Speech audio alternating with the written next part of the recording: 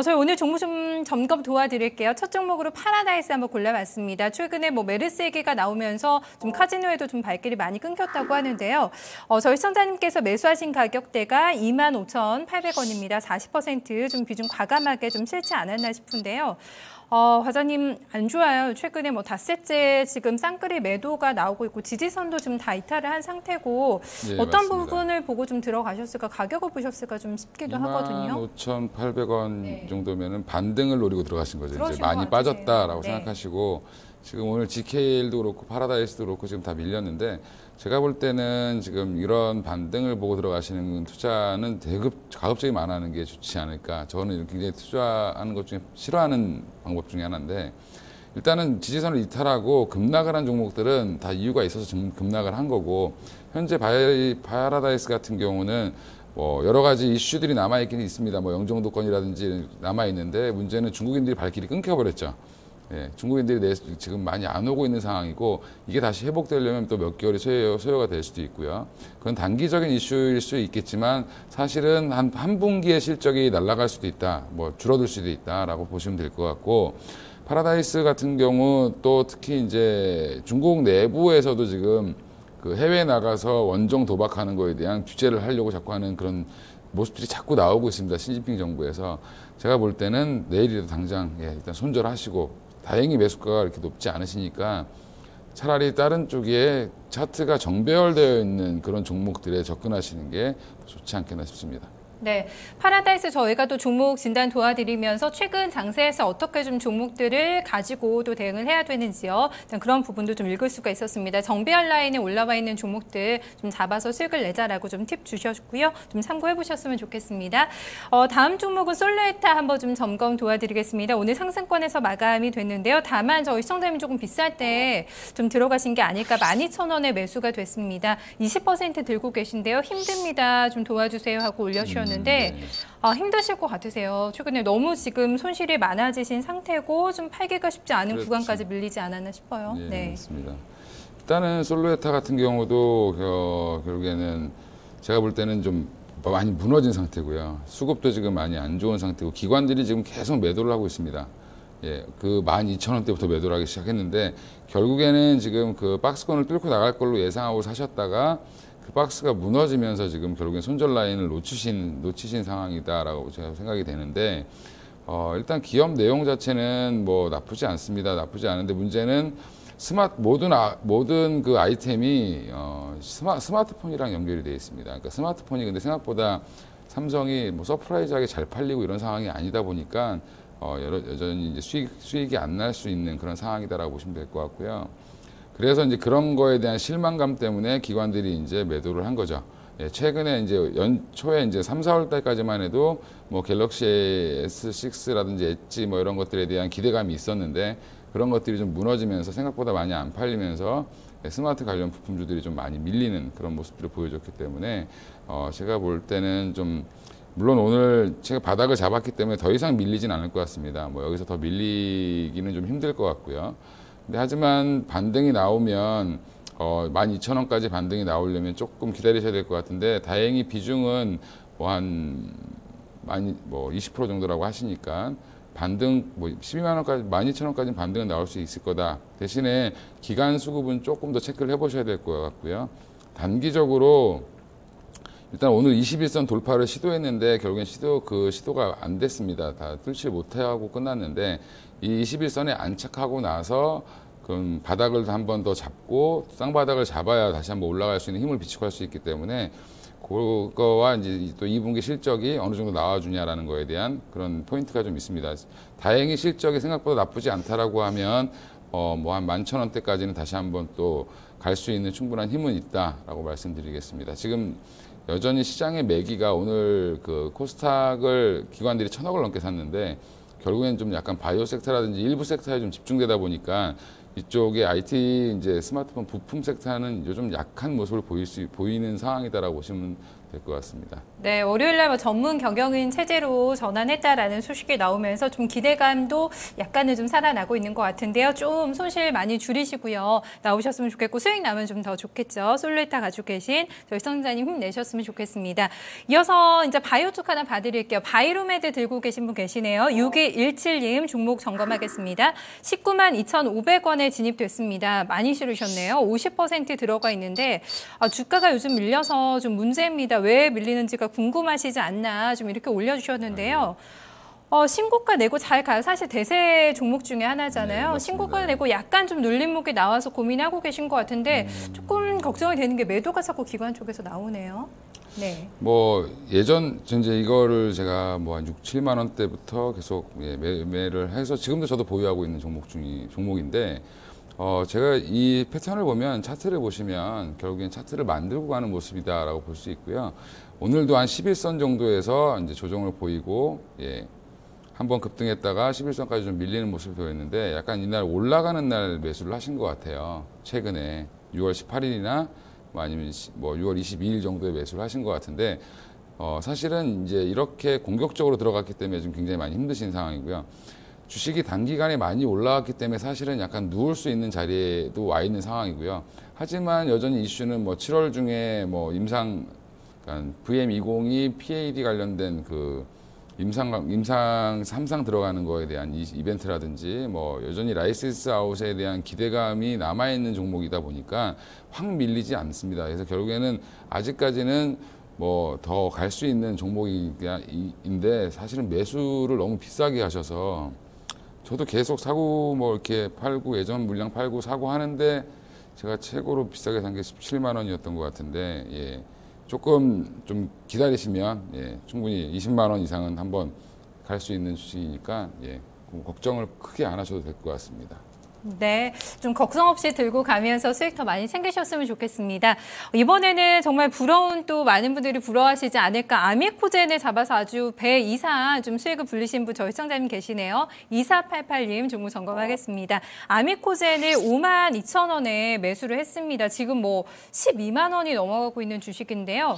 좀 이렇다면은 100%가 참 들어가도 좀 아주 뿌듯하지 않을까. 100% 다 실으셨는데 그렇죠. 고민이신 거는 이제 행복한 고민이죠. 참 목표가를 정할 수가 없다. 언제까지 좀 들고 갈까 이 고민 남겨주셨거든요. 그렇죠. 흔히 이제 개인들이 얘기하는 뭐 몰빵하신 것 같은데, 몰빵하신 것 같은데, 굉장히 좋은 뭐 운이 되게 좋으셨고 사실은 그러니까요. 제노포커스라는 종목이 또 상장하면서 같은 이제 효소 기업들이 이제 각광을 좀 관심을 좀 받았습니다. 그리고 아미코젠 같은 경우는 여전히 실적이 나오고 있고 중국에 대한 기대감들 여전히 남아있고 중국의 효소 판매가 기대되고 있는 부분이 있기 때문에 기관 수급이 계속 들어오고 있고요. 외국인들도 계속 들어오고 있는 상황이고 이번 달만 기간이 한 38만 주 정도를 매수를 했습니다. 한 달 동안, 그러니까 한 달 동안 한 38만 주를 매수를 했고요. 두 달 정도, 그러니까 5월 달부터 해서 한 38만 주를 매수를 했습니다. 외국인들은 한 뭐 14,000주 정도 샀는데 주로 끌어가는 세력이 기관이기 때문에 기관 수급을 좀 보시면서 접근하시면 될 것 같고 굳이 목표가를 정하신다기보다는 고점에서 꺾일 때까지 기다린다는 마음으로 기다리시는 게 낫지 않을까. 그래서 여전히 뭐 좀 수익 구간을 즐기시는 구간으로 좀 하시면 될 것 같습니다. 네, 요즘에는 뭐 시장 열릴 때마다 너무 좀 기쁜 마음으로 좀 대응을 하고 계시지 않을까. 오늘도 신고가를 내면서 계속해서 양봉 만들어내고 있는데요. 즐겁게 수익 더 즐기셨으면 좋겠습니다. 참 코스피는 근데 갈까 말까 지금 폼을 잡는 것 같긴 한데 외국인 포지션이 워낙에 애매하게 나와서 감을 잡기가 또 쉽지는 않거든요. 코스닥을 글쎄요 좀 이유 있는 상승이라고 봐야 될지 제약바이오 쪽에 뭐 계속해서 집중하자고 저희한테 팁 주셨잖아요. 그대로 좀 유효한가요? 오늘도 뭐 제약바이오가 엄청난 파워를 그러니까요. 보여줬는데요. 뭐 대형 제약사들 전에 말씀드렸던 제약사들이 뭐 계속 뭐 10몇 프로가 올라가고 오늘도 제가 아침에 이제 종목을 선정해서 봤는데 또 너무 많이 올라갔습니다. 대웅제약 같은 경우 너무 많이 올라갔고. 근데 결국에는 지금 현재 약간 자금의 쏠림 현상이라고 보시면 될 것 같고요.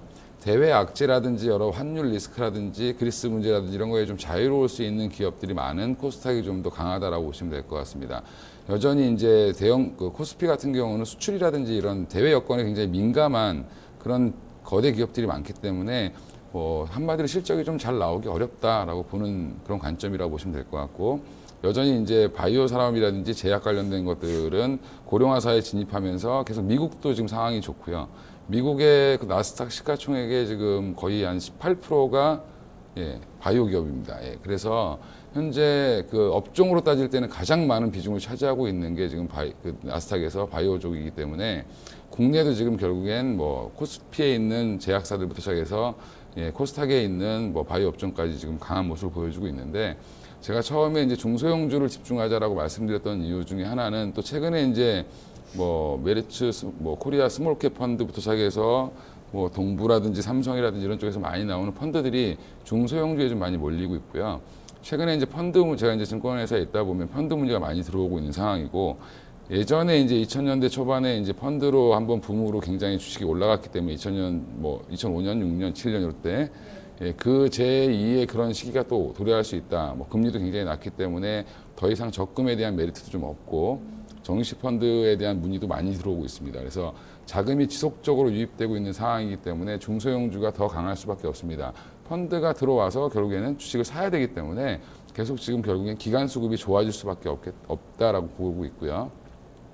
그러니까 기관들이 요즘에는 대형 펀드보다는 중소형 펀드에 더 약간 매진을 하고 있기 때문에 이쪽에서 약간 쏠림 현상이 더 나올 수 있다라고 볼 수 있고요. 예전에 말씀드렸던 것처럼 바이오 제약은 여전히 지금 주도 업종이기 때문에 주목을 해야 되는 상황이다.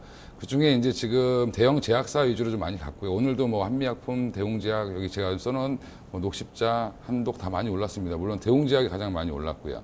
현금이 가장 많기 때문에 뭐 M&A부터 시작해서 얼마 전에 한올바이오파마를 인수를 했죠.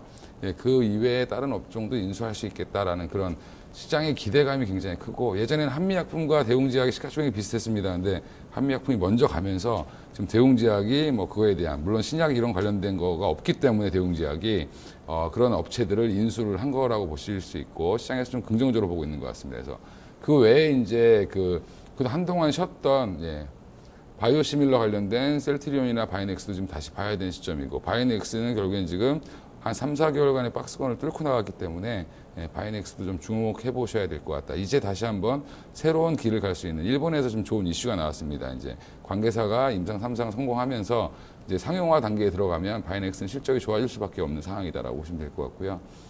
이제 너무 바이오 얘기만 하니까 좀 지루하실 수도 있고 이쪽을 아예 건드리지 못하신 분들은 좀 화가 날 수도 있을 텐데 콘텐츠 관련된 것도 좀 주목을 해보셔야 될 것 같습니다. 물론 CJ ENM이 선두주자여서 제가 써놓긴 했지만 굉장히 많이 올라가 있어서 사실 부담스러운 자리입니다. CJ ENM은. 그래도 이제 그 무거웠던 종목이 이제 조금 가기 시작하고 있는 상황입니다. 5만 원대를 뚫고 7만 원을 넘고 결국에는 꾸준히 갈 수 있는 회사 중에 하나가 된 게 지금 CJ ENM이고 물론 내부적으로 보면 여러 가지 케이블 방송부터 시작해서 인기 있는 프로, 그다음에 영화, 뭐 그다음에 게임 다 갖고 있습니다. 그래서 다각적으로 실적이 계속 좋아질 수 있는 회사가 CJ ENM이고요. 조금 이제 세부적으로 보면 영화 산업 관련돼서는 중국 진출이 가장 큰 이슈인데 영화도 마찬가지로 쇼박스나 뉴가 관련돼서 가장 좋고요. 특히 쇼박스는 한국 영화의 관점을 좀 많이 가지고 있습니다. 약간 저가로 만든 영화를 좀 흥행하면 좀 크게 성과를 내는. 그다음에 뉴 같은 경우는 배급이라든지 드라마 쪽 이런 쪽에 좀 관련이 있고요. 그래서 새로운 산업을 좀 진출하려고 하고 있고 펜엔터테인먼트가 요즘 조금 핫하게 올라오고 있습니다. 상암동에 위치하고 있고 자기 건물을 갖고 있어서 굉장히 부동산 부자 회사인데 예, 사실은 그것 때문에 저평가되어 있다라고 얘기가 나왔지만 화려한 작가진이랑 이런 것도 보유하고 있어서 드라마를 굉장히 잘 쓰는 업체고요. 방송국한테 사실은 뭐 조금 끌려다니지 않는 예, 그런 회사다라고 보시면 될 것 같습니다. 드라마 쪽에 굉장히 강점이 있고 이제 중국과 관련해서 예, 계속 그 드라마 관련 제작을 합동으로 제작할 거다라는 얘기가 좀 나오고 있습니다. 그다음에 키이스트는 여전히 뭐 김수현이라든지 이런 거 관련해서 드라마 이제 드라마 관련돼서 수출이 김수현이 출연한 드라마가 이제 또 나갈 거다라는 얘기가 있어서 지금 또 이슈가 좀 되고 있는 단기적으로 좀 접근할 수 있는 종목이다라고 말씀을 드리겠습니다. 네, 오늘 저희한테 콘텐츠 쪽 팁 주셨는데 주가 괜찮네요. 거의 다 뭐 정배열 네, 라인에 올라오면서 괜찮습니다. 달리는 또 말이 아닐까 싶은데 네. 좋은 투에서 잘 점검하면서 좀 봐야 될 것 같습니다. 오늘 진짜 잘 들었습니다. 고맙습니다. 네. 네, 이건희 과정과 함께 오늘 여러분 또 종목 고민 풀어드렸습니다. 유럽 증시가 오늘 밀리면서 지금 출발 나오네요. 그리스 협상에 좀 난항을 겪으면서 여기에 대한 우려감 작용하고 있는데요. 내일 우리 증시에도 글쎄요, 그리스 이슈 상당한 좀 영향을 미치지 않을까 싶습니다. 잘 점검하면서 또 내일장 전략 짜보셔야겠습니다. 오늘 VVIP 여기서 인사드리겠습니다. 고맙습니다.